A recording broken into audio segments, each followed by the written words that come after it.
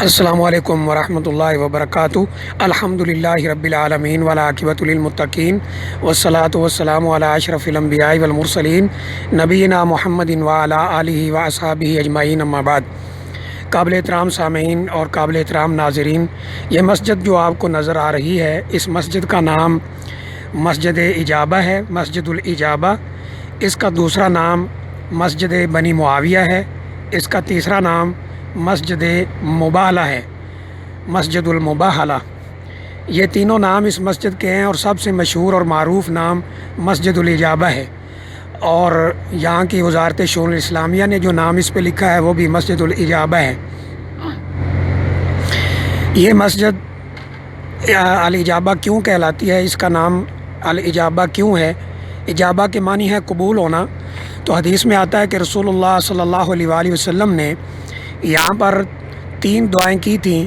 ان میں سے 2 قبول ہوئی تھیں اور 1 قبول نہیں ہوئی تھی، جیسا کہ سعد بن ابی وقاص رضی اللہ تعالیٰ عنہ اور حضرت عامر رضی اللہ تعالیٰ عنہ اور دیگر روات کی احادیث جو ہیں ان میں یہ وضاحت موجود ہے کہ رسول اللہ صلی اللہ علیہ وسلم ایک سفر سے تشریف لائے اور آپ نے یہاں پر 2 رکعت نماز ادا کی۔ اس حدیث میں یہ لفظ ہیں کہ آپ سفر سے واپس آئے اور مسجد بنی معاویہ میں 2 رکعت نماز ادا کی۔ یہ محلہ جس میں یہ مسجد موجود ہے اس کا نام بنی معاویہ ہے، بنی معاویہ بن مالک بن عوف۔ تو فرمایا کہ بنی معاویہ کی مسجد میں 2 رکعت نماز ادا کی، اور اس کے بعد نبی اکرم صلی اللہ علیہ وسلم نے طویل دعا فرمائی، اور اس طویل دعا کے بعد جب دعا ختم فرمائی تو صحابہ اکرام سے فرمایا کہ میں نے یہاں اس جگہ پر اللہ تعالیٰ سے 3 دعائیں کی ہیں، ان میں سے 2 اللہ نے قبول فرما لی ہیں اور 1 قبول نہیں فرمائی ہے۔ جو دعا قبول ہوئی وہ یہ تھی کہ اے اللہ میری امت کے اوپر کوئی ایسا عذاب نہ آئے جس سے ساری امت غرق ہو جائے، ختم ہو جائے، کوئی آسمانی آفت، کوئی عذاب۔ تو اللہ تعالیٰ نے یہ دعا قبول فرمائی۔ دوسری دعا یہ تھی کہ میری امت کے اوپر کوئی ایسا کافر حکمران، یعنی غیر مسلموں میں سے، دوسری قوموں میں سے کوئی ایسا حکمران مسلط نہ ہو جو اس ساری امت کو تباہ کر دے اور مغلوب کر دے۔ تو اللہ تعالیٰ نے نبی اکرم صلی اللہ علیہ وسلم کی یہ دعا بھی قبول فرمائی۔ اور تیسری دعا یہ تھی کہ اے اللہ میری امت کا آپس میں اختلاف نہ ہو، لیکن یہ دعا اللہ تعالیٰ نے قبول نہیں فرمائی۔ یہ جو حدیث آپ نے سنی ہے اس سے واضح ہے کہ اس میں اس مسجد کے دونوں نام ذکر ہیں، مسجد بنی معاویہ، اور اسی نسبت سے اگرچہ حدیث میں یعنی الفاظ موجود نہیں ہیں، لیکن اسی مناسبت سے یہ ذکر موجود ہے کہ نبی اکرم صلی اللہ علیہ وسلم کی 2 دعائیں یہاں پر قبول ہوئیں، اسی مناسبت سے اس کا نام مسجد اجابہ رکھا گیا ہے۔ اور مسجد بنی معاویہ اس لیے کہ یہ بنی معاویہ کے محلے میں تھی، تو یہاں پر نبی اکرم صلی اللہ علیہ وسلم کی 2 دعائیں قبول ہوئیں اور 1 دعا اللہ تعالیٰ نے قبول نہیں فرمائی۔ ابھی اس مسجد کا کچھ اندرونی حصہ آپ کو دکھایا جاتا ہے، اس کے بعد انشاءاللہ یہ بتایا جائے گا کہ یہ مسجد مدینہ منورہ میں کہاں واقع ہے۔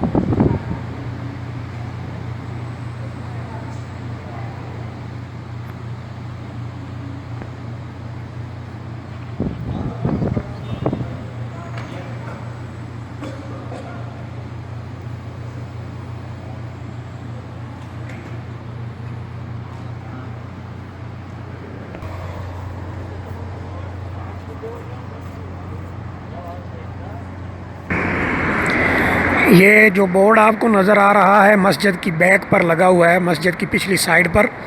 اس پر بھی یہ عبارت لکھی ہوئی ہے کہ اس مسجد کا نام سمیہ بمسجد الاجابہ لأن اللہ عز و جل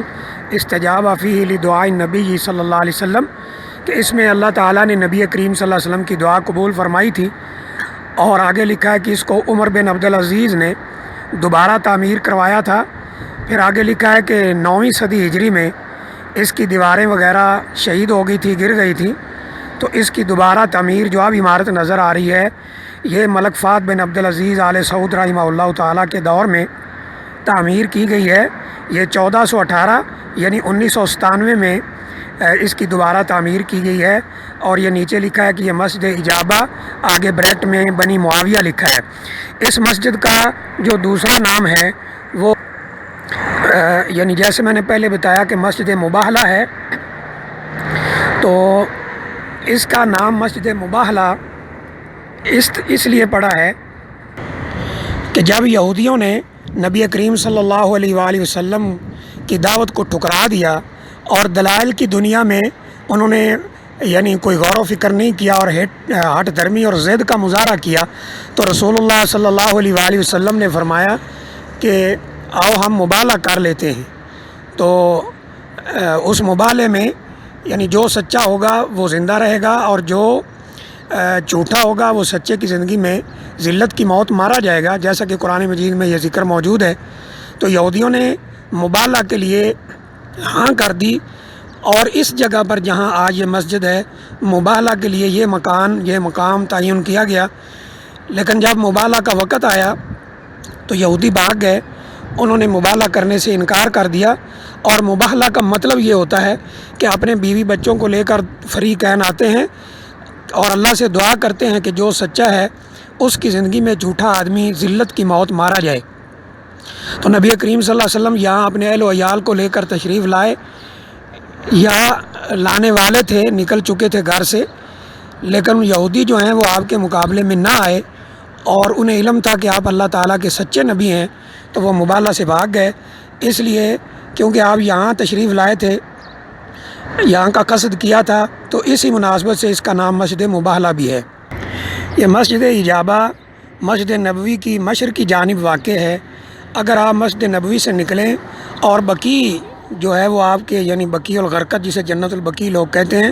وہ آپ کے دائیں ہاتھ پہ ہو، اور جو مسجد کا حصہ مسجد نبوی کا تعمیر ہو رہا ہے، توسیع ہو رہی ہے، یہ کرینیں نظر آ رہی ہیں، یہ آپ کے بائیں سائڈ پہ ہو،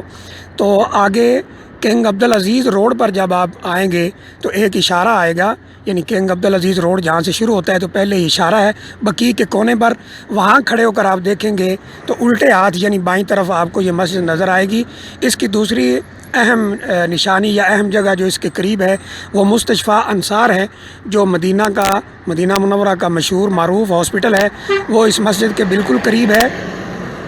اور یہ آمنے سامنے ہے مستشفیٰ انصار اور مسجد اجابہ۔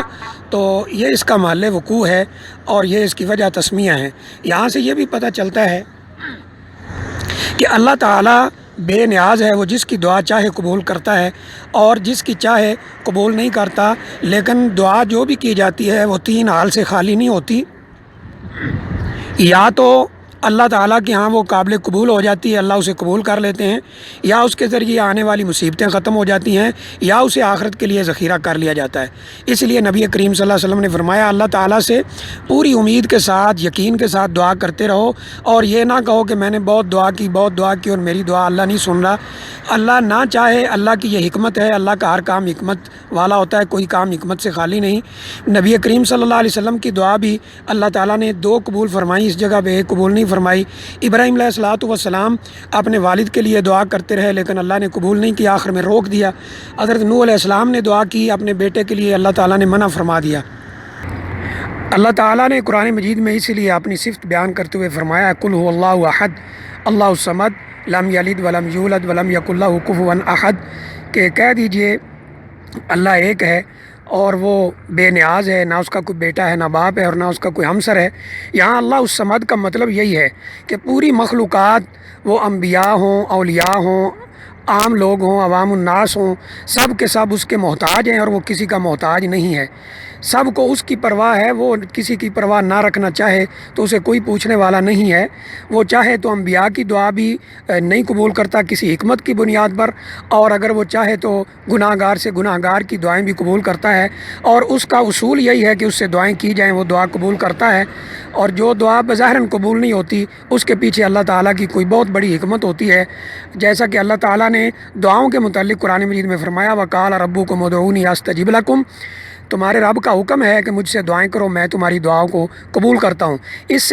عقیدے کی بھی نفی ہو جاتی ہے کہ بعض لوگ جو یہ کہتے ہیں کہ اللہ ہماری سنتا نہیں، ان کی موڑتا نہیں، یعنی جو لوگ بزرگ ہیں، نیک ہیں، ان کی اللہ کبھی نہیں موڑتا، کبھی رد نہیں کرتا، اور ہماری اللہ سنتا نہیں۔ یہ دونوں باتیں ہی غلط ہیں۔ اللہ گناہ گار کی بھی سنتا ہے، اللہ نیک وکار کی بھی سنتا ہے، اللہ تعالیٰ اولیاء کی بھی سنتا ہے، انبیاء کی بھی سنتا ہے، گناہ گاروں کی بھی سنتا ہے، اور جو وہ اپنی حکمت کے تقاضے کے تحت نہ قبول کرنا چاہے تو انبیاء کی بھی نہیں کرتا ہے، عام بندوں کی بھی نہیں کرتا ہے۔ تو اللہ تعالیٰ سے دعا ہے اللہ تعالیٰ ہمارے عقائد اور اعمال کی اصلاح فرمائے۔ وآخر دعوانا الحمد للہ رب العالمین۔